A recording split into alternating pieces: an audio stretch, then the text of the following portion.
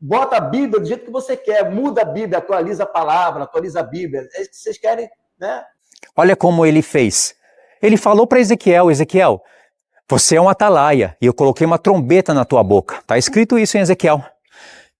Se você avisar o ímpio e ele se arrepender do seu pecado, você além de ganhar essa pessoa, né?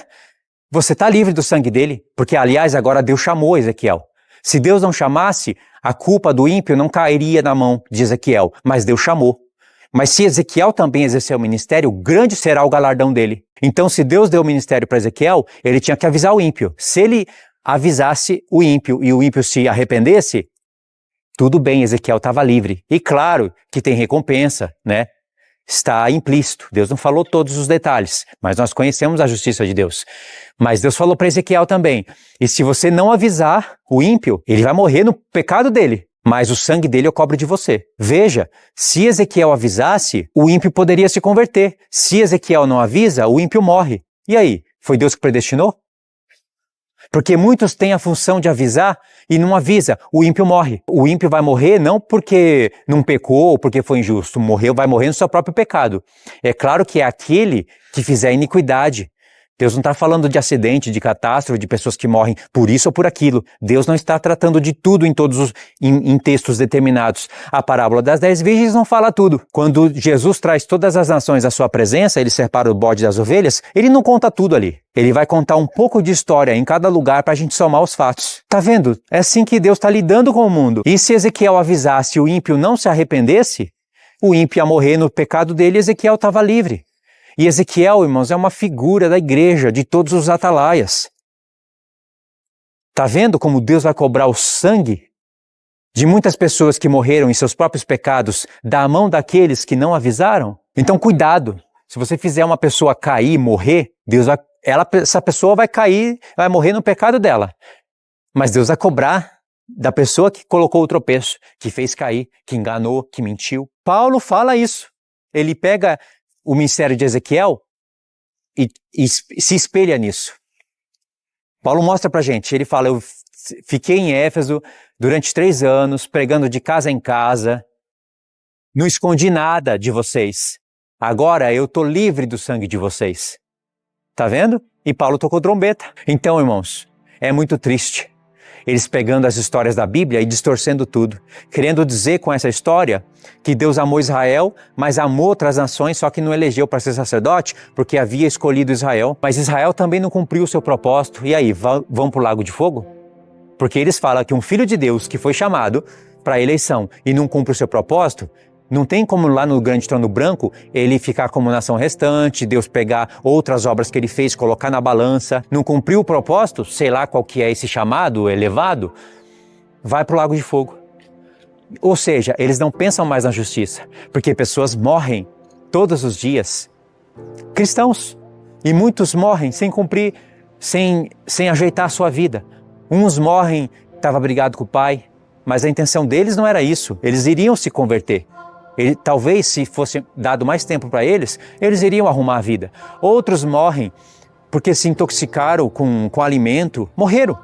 Deus não vai impedir, a não ser que Deus queira, tenha um propósito. Se você se atirar no fogo, você vai morrer queimado, Deus não vai te livrar.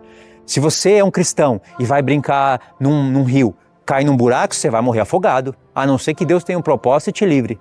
Ele não é obrigado a te livrar. Quantos cristãos eu já presenciei morrendo? E os pais não acreditaram, porque os pais eram cristãos, o filho era cristão e morreu. 2 anos e os pais ainda não tinham se recuperado. Eles ficaram abatidos diante de Deus. Eles iam para lá por causa da comunhão, mas eles não tinham mais o brilho de Deus no olhar. Porque eles acham que Deus tinha que livrar o filho. Mas o filho catou a moto, foi correndo, se esborrachou na parede e morreu. E aí? Esse menino, aquela menina, aquela criança, aquela pessoa que tinha os pais cristãos e que ia para a igreja, mas morreu, não arrumou a vida. Uns morrem que estavam presos ainda na pornografia e essas coisas todas. Vão tudo para o lago de fogo? Esse não é o grande trono branco de Deus. Isso é uma injustiça, isso é um fardo pesado que Satanás pega e ele mistura com o evangelho de Deus e coloca sobre a pessoa para deixar ela em pânico. Porque essa é uma santidade que nem Deus cobra. Deus quer que você seja santo. E quem realmente andar nos padrões da santidade que Ele pediu e permanecer até o fim, essa pessoa vai alcançar a glorificação. Agora, quem andar em perversidade, quem não tem mais temor, quem não chora mais diante de Deus, quem não se arrepende dos pecados que pratica, quem não tem mais luta contra a carne, essa pessoa vai ser reprovada no grande trono branco. Agora, tem pessoas que morrem sem resolver esses casos, e essas pessoas, irmãos, elas não vão ser jogadas no lago de fogo como o Pedro e o Igor, os que querem se assentar no grande trono branco, estão falando. O grande trono é branco, Deus é justo. Eles estão pondo a injustiça do espírito damasiano em todos os pontos da palavra. Irmãos, olha o semblante do Pedro. Ele está perturbado, você não vê paz na cara do Pedro. Acabou. Você não vê brilho no olhar. Olha a cara do Igor, perturbação. E sabe o que eles falam? Tem a hipocrisia de falar que é perseguição. Que eles estão falando com pastores, alcançando as igrejas, então Satanás está me levantando, está levantando outras pessoas para perseguirem os bonitinhos. Esse tipo de acusação é uma difamação, porque não consegue refutar o que a gente fala. Tem que inverter o texto. O texto fala. É muita hipocrisia, irmãos. Deus tem que pesar a mão mesmo, e Deus vai. Primeiro Deus vai envergonhar. Não é só o meu canal que vai envergonhar eles. Muitas pessoas vão envergonhá-los. Frieza, dureza. Olha aí o coração duro. Quem diria que o Pedro iria na live com o Igor distorcer toda a justiça de Deus, negar textos escritos? Presciência, não é essa presciência que você está imaginando, não. A presciência, ela é um mistério. E esse mistério é o amor. E esse amor, aí fica filosofando no texto e no final apresenta outro resultado do que está escrito. Vamos entender, né? O cumprimento dessa eleição, que a gente já sabe que é pela presciência de Deus, e a presciência de Deus, ela é confundida. Eleitos na base da presciência. Aí eles dizem assim, não é porque você foi bonzinho ou fez coisa ruim, porque você era bom que Deus te escolheu. Olha a mente deles. Talvez eles estão fazendo de propósito. Com presciência em ver o futuro, ver se você é bonzinho ou se você é mau para Deus te eleger. Não é assim que Deus elege.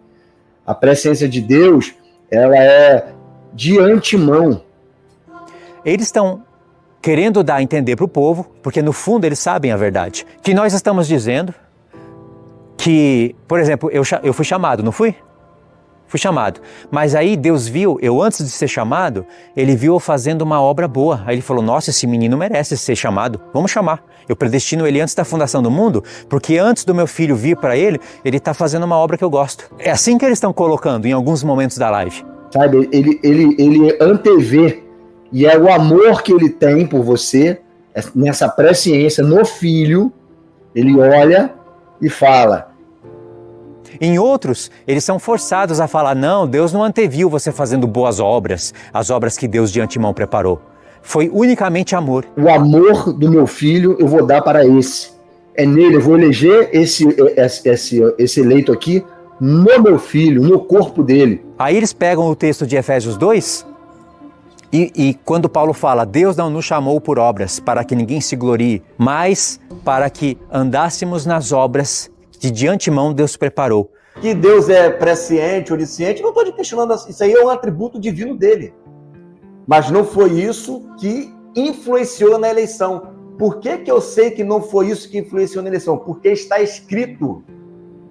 Aí eles sabem que Paulo está fazendo o contraste com obras da lei e obras da fé. Mas eles misturam tudo, eles não querem nem mais explicar sobre obras da lei. Mudaram o discurso. 1 Timóteo, capítulo 2, versículo 9, e nós fomos chamados não por causa das obras, mas por causa da sua própria determinação e graça. E aí as obras que Deus preparou de antemão para que andássemos nela, são obras do Filho. Eles falam, você foi eleito no Filho. O Filho, quem tiver no Filho vai ter um caminho e você vai poder escolher se sim ou se não. Mas não é nesse caminho que você vai ter que andar nas boas obras? Qual é o contraste de boas obras? As más. As boas obras você só vai ver depois que olha o Filho. Morreu na cruz, ressuscitou e agora o Espírito prega a palavra através dos homens e você vai agora ter um conflito de carne contra o Espírito e vai começar a mudar as obras más para as boas. Tudo tem a ver com a cruz de Cristo. E Jesus morreu pelo mundo inteiro. O Pai predestinou o filho e previa o filho, ele previa as obras que vêm do sacrifício do filho. Gente, pelo amor de Deus, isso está escrito. Quem ele quer colocar como rei sacerdote não quer?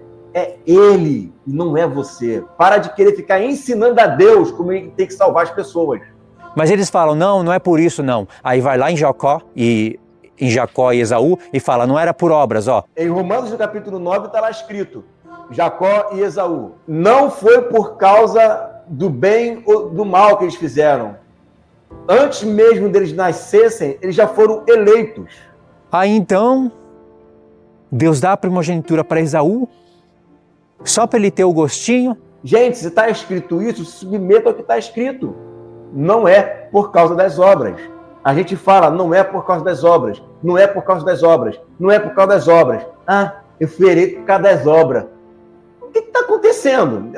Parece que está falando grego aqui, pô. Deus dá a primogenitura para Esaú, só para ele ter o gostinho, e depois faz Esaú vender e dá para Jacó. Porque Jacó era o predestinado, não era Esaú. Peraí, como é que é? Como é que se entende isso? Está falando grego aqui, pô.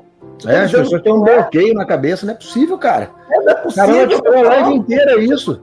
Citando o texto, não é por causa das obras. Paulo deixou isso bem claro. A pessoa vai, é por causa das obras.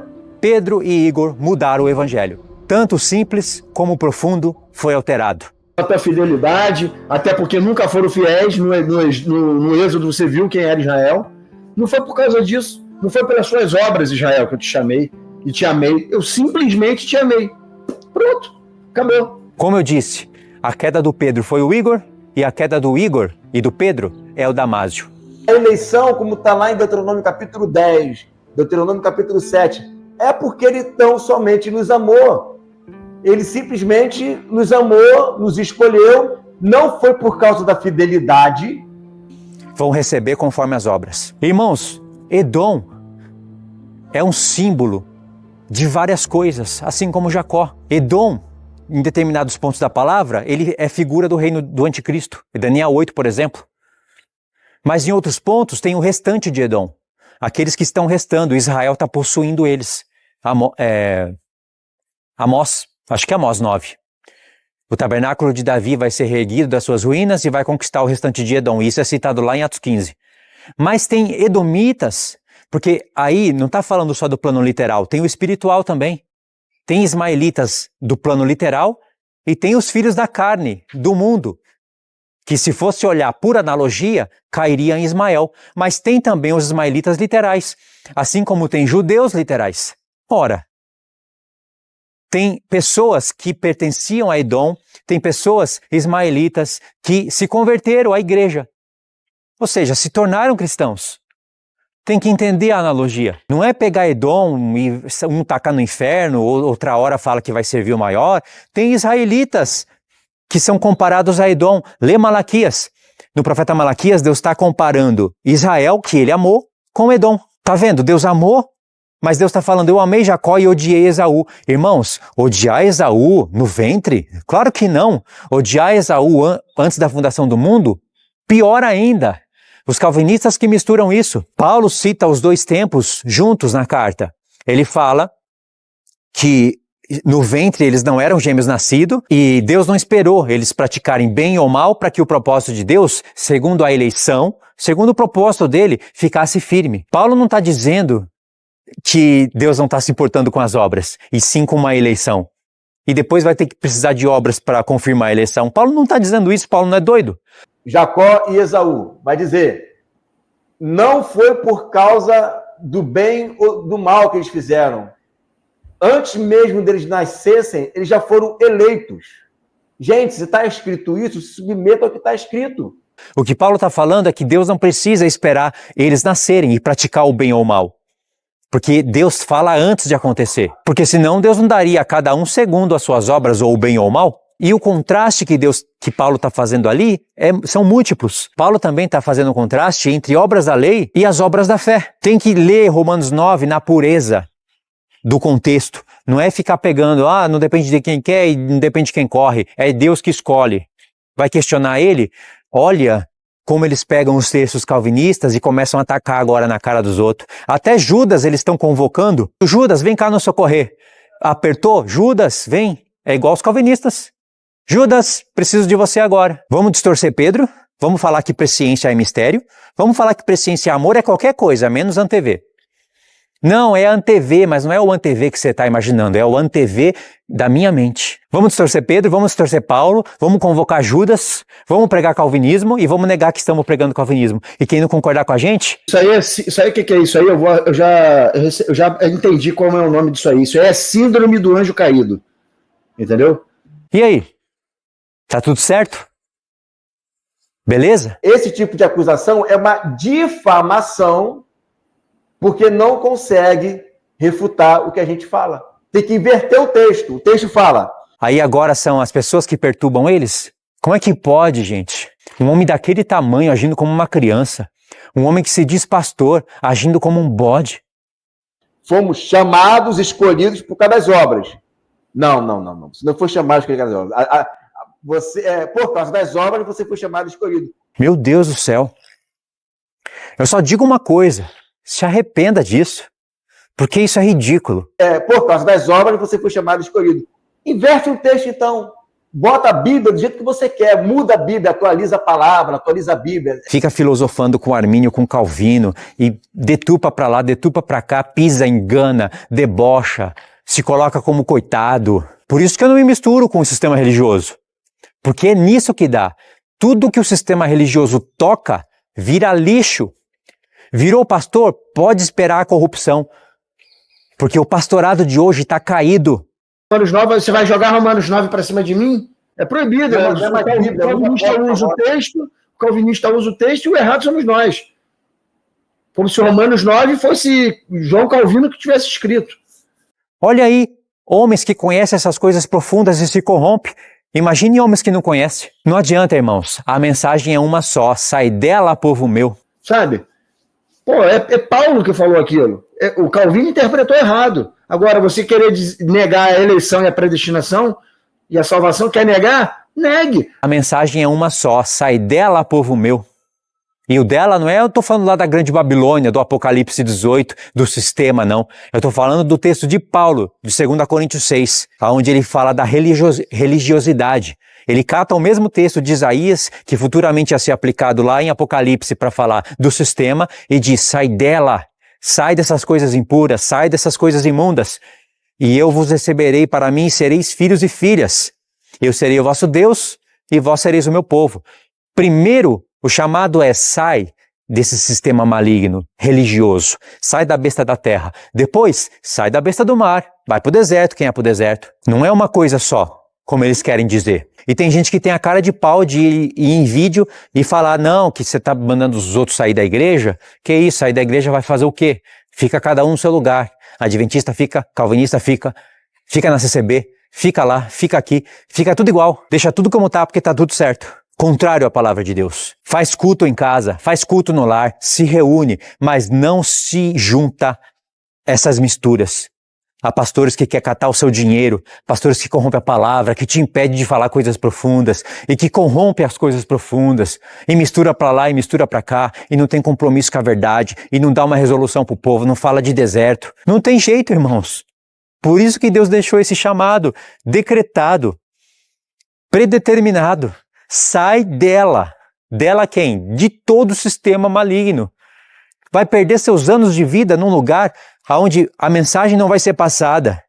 O pastor quer seu dízimo. Vai ficar perdendo tempo.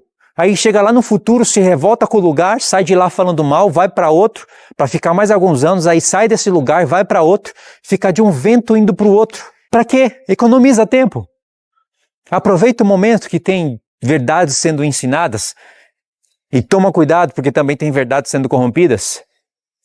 Aproveita o momento, estuda, se esforça em casa, busca a Deus, faz reuniões em casa. Estuda por conta própria, separa tempo. Mas não vai se contaminar nesse sistema. Olha aí, ninguém escapa disso.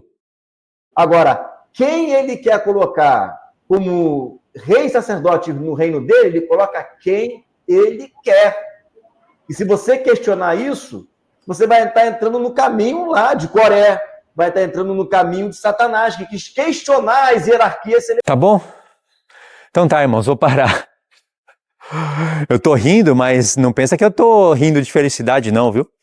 Eu tô triste, porque isso daí é só o começo. Vocês acham que eles vão se arrepender? Não vão. Eles vão aumentar ainda mais a iniquidade. Eles vão fingir que nada está acontecendo, vão querer rebater a mentira com mais mentira. Irmãos, já era, é ladeira abaixo. Uma pessoa que chega ao ponto de falar que você tem a síndrome do querubim caído, que é filho de Satanás, e que não se dobra a verdade, se dobra ao que está escrito, mas na live toda eles estão distorcendo o que está escrito com todos esses exemplos que eu mostrei para vocês, até história inventada eles têm. Essas pessoas não vão se arrepender. Já era. Eles têm um PR para sustentar antes do nome. Mas Deus também sabe apertar onde dói. Vão esperando. Deus é justo. Primeiro ele vai avisar. Ele vai deixar. Não vai fazer nada. As pessoas vão achar que está tudo certo. Depois ele vai lá e aperta. Aí eu quero ver. Mas tá bom, irmãos. Vou parar por aqui. Fiquem na paz.